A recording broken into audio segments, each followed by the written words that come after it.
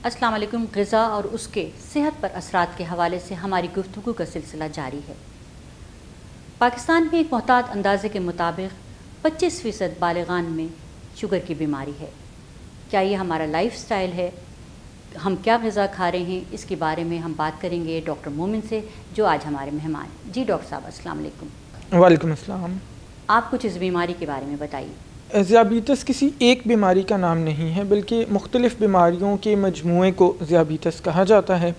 ज़ियाबीतस मुख्तलिफ़ अक़साम की बीमारी है, जो कि बुनियादी तौर पर हमारे जिस्म में एक ऑर्गन होता है पैनक्रियाज़, जिसको उर्दू में लबलबा कहा जाता है, उसके फंक्शन सही ना करने की वजह से होती है। और इसके अंदर एक किस्म के अंदर एक हार्मोन हमारे जिस्म में पैदा होता है, जिसको इंसुलिन कहते हैं। पहली किस्म में वो इंसुलिन बिल्कुल ही पैदा नहीं हो रहा होता, और दूसरी जो किस्म है उसके अंदर इंसुलिन कम मिकदार में पैदा होता तो है पैदा, लेकिन जितनी हमारे जिस्म को ज़रूरत है उतनी में पैदा नहीं होता। इस बीमारी के फैलाव में ग़िज़ा का किरदार कितना अहम है? ज़ियाबीतस बुनियादी तौर पर एक ऐसी बीमारी है जिसके अंदर ग़िज़ा का किरदार बहुत ज़्यादा अहम है। और अगर पिछले 10-15 साल से हम देखें या 20 साल से हम देखें, जब से हमारी जो रोज़मर्रा की लाइफस्टाइल है वो इंडस्ट्रियल रेवोल्यूशन के बाद और ये जितने भी गैजेट्स हम देखते हैं इनके आने के बाद बहुत बदल गया है, और हमारी ग़िज़ा बहुत बदल गई है, जिसके अंदर हम बहुत ज़्यादा जंक और बहुत ज़्यादा प्रोसेस्ड फूड का इस्तेमाल कर रहे हैं, मोटापे की तरफ जा रहे हैं। उतना ही ज़्यादा रिस्क या उतना ही ज़्यादा ख़तरा बढ़ जाता है ज़ियाबीतस के होने का। ये किन लोगों को हो सकती है? सबसे पहले तो जेनेटिक्स, यानी जिस किस्म की जीन्स हम कैरी कर रहे हैं, अगर हमारी फैमिली में ज़ियाबीतस का मर्ज़ रन कर रहा है, वालिदैन को है या हमारे ग्रैंड पेरेंट्स में से किसी को है, तो डेफ़िनेटली उसका ख़तरा बहुत ज़्यादा होता है। बुनियादी तौर पर रोज़ाना किसी किस्म की वर्जिश या वॉक वगैरह नहीं करते, उनको इसका ख़तरा बढ़ जाता है। फिर ऐसे अफराद जिनकी खुराक अच्छी नहीं है, यानी वो अपनी खुराक में नशास्तादार चीज़ों का बेजा इस्तेमाल करते हैं, और वो भी ऐसी नशास्तादार चीज़ें जिनको हम सिंपल कार्बोहाइड्रेट्स कहते हैं, जो हमारे खून में जाके बहुत जल्दी जज़ब हो जाती हैं, इन तमाम अफराद को ज़ियाबीतस होने का ख़तरा बहुत ज़्यादा होता है। क्या डायबिटीज़ में नशास्तादार चीज़ें खाना मना है?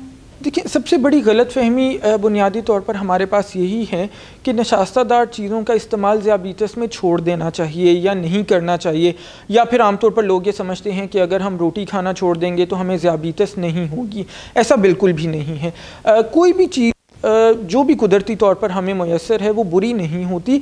उसका इस्तेमाल और उसके अंदर हम किस किस्म की वो चीज़ इस्तेमाल करते हैं वो उसको अच्छा या बुरा बनाता है। मिसाल के तौर पे जब हम रोटी या चपाती की बात करते हैं तो हम ये बिल्कुल नहीं कहते, ना ये चाहते हैं कि मरीज़ या ऐसे लोग जिनको ज़ियाबीतस अभी नहीं हुई वो रोटी खाना छोड़ दें। जब हम फ़ाइबर का इस्तेमाल कम करते हैं या तर्क कर देते हैं तो वो कार्बोहाइड्रेट्स हमारे जिस्म में, हमारे खून में बहुत जल्दी जज़ब होता है और ज़ियाबीतस के ख़तरे को बढ़ा देता है। सो इसी तरह जब भी आप डबल रोटी का इस्तेमाल करें, रोटी का, चपाती का इस्तेमाल करें, तो ये मेक श्योर करें कि वो ऐसे आटे से बनी हुई हो जो बग़ैर छने, चक्की का जो आटा हम जो पुराने ज़माने में हम इस्तेमाल करते थे या जो गाँवों में अब भी ज़्यादातर इस्तेमाल होता है। डॉक्टर साहब, कुछ खानों के बारे में मिसकॉन्सेप्शन है, जैसे करेला खा लें तो कड़वा होने की वजह से शुगर कम हो जाएगी। इस बात में कितनी हकीकत है, ये बताइएगा। अभी भी हमारे पाकिस्तान में या ऐसे ममालिक में जहाँ पे बहुत ज़्यादा आगाही नहीं है इन चीज़ों को लेके, लोग अभी भी इस बीमारी को शुगर के नाम से जानते हैं। हालांकि ज़ियाबीतस या डायबिटीज़ मेलाइटिस इसको कहा जाता है, और इसका हरगिज़ ये मतलब नहीं है कि मीठा खाने से बीमारी होती है या मीठा छोड़ देने से ये बीमारी नहीं होती।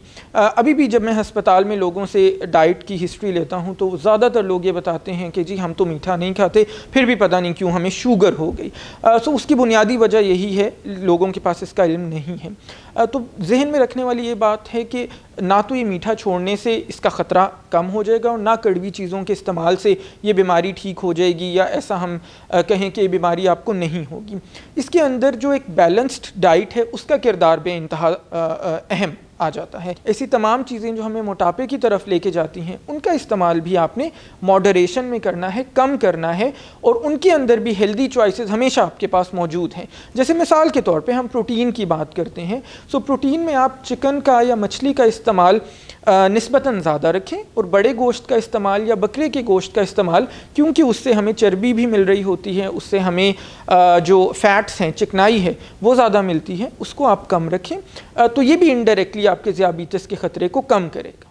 डायबिटिक पेशेंट्स को रोज़ाना किस नौइयत की ग़िज़ा लेना चाहिए? ज़ियाबीतस के अंदर कई बार आपकी खून में शुगर की मिकदार ज़्यादा हो रही होती है और कई बार खून में शुगर की मिकदार कम हो जाती है, तो दोनों ही चीज़ें आपके लिए अच्छी नहीं हैं।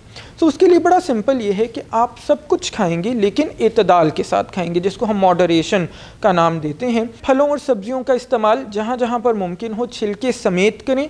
फिर इसके अलावा दूध और दही आप कम चिकनाई वाला इस्तेमाल करें। और सबसे इम्पॉर्टेंट चीज़ ये है कि रोज़ाना की बुनियाद पर वॉक या वर्जिश को अपना मामूल बना लें। जो बालिग अफराद हैं उनके लिए आलमी इदारा सेहत ये रिकमेंड करता है कि रोज़ाना कम से कम 30 मिनट की ब्रिस्क वॉक, जिसको हम कहते हैं, यानी तेज़ तेज़ कदमों के साथ चलना, वो उनको करना चाहिए। उससे उनका वज़न भी मेंटेन रहता है और हमारी नेचुरली जो ब्लड शुगर्स हैं वो भी कंट्रोल हो रही होती है। जी डॉक्टर साहब, आपकी आमद का बहुत बहुत शुक्रिया। वेलकम।